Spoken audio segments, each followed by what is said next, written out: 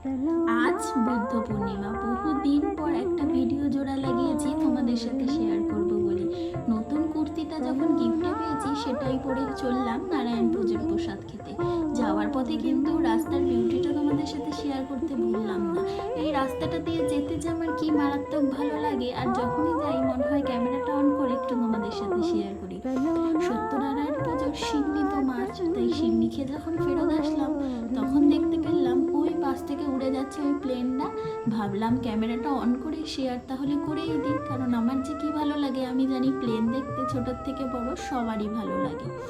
বাড়িতে যখন এসে ভাত ঘুম দিলাম তখন দেখলাম অলরেডি আকাশে কালো মেঘ আর ঝমঝমিয়ে বৃষ্টি। বৃষ্টি যখন নেমেছে চা তো মাস্ট, চাটা খেয়ে ভেজ ডেতে ভেজ স্যান্ডউইচ। আর আকাশে আজকে ইয়া বড় একটা পূর্ণিমার চাঁদ। তোমরা কে কে পূর্ণিমার চাঁদটা দেখলে বলো তো, কেমন লাগলো সেটাও জানিও। Good night.